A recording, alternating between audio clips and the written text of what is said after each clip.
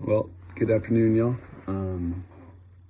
So the first question is, do I agree with the statement, the larger the sample, the more reliable the results? And generally speaking, this is going to be true because with the larger sample, we represent the diversity within a population, be closer to its true number, while also reducing the likelihood of like random error and outliers to skew the data with like a smaller sample size. And as we like increase the sample size as well, the sampling distribution becomes more normal. So we have like that bell curve, right? So the precision overall will generally increase. However, what we have to consider is that selecting a sample that is too large can be very expensive and time consuming. But selecting a sample that's too small can lead to inaccurate conclusions. So how do we figure out where to balance, or how do we balance both of those sides, right? So that's why we have to compute the minimum sample size with our level of confidence and margin of error. And let's see here.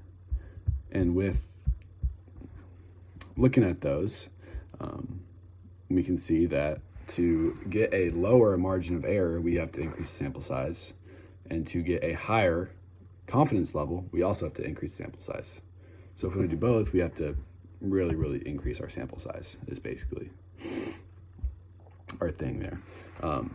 But doubling the sample size doesn't necessarily double the accuracy of our survey or test or experiment, because at some point you're seeing diminishing returns, right?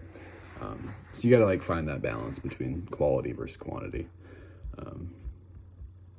But yeah, I would say there was kind of like one question, two questions are kind of like the same. But yeah, I would agree that generally speaking, a larger sample will increase the reliability of your results. And yes, we need to specify a level of confidence and margin of error in order to calculate our minimum sample.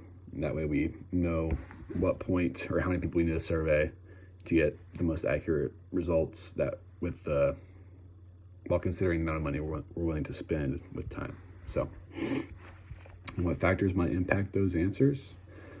It's like, what margin of error do you want? What confidence interval do you want?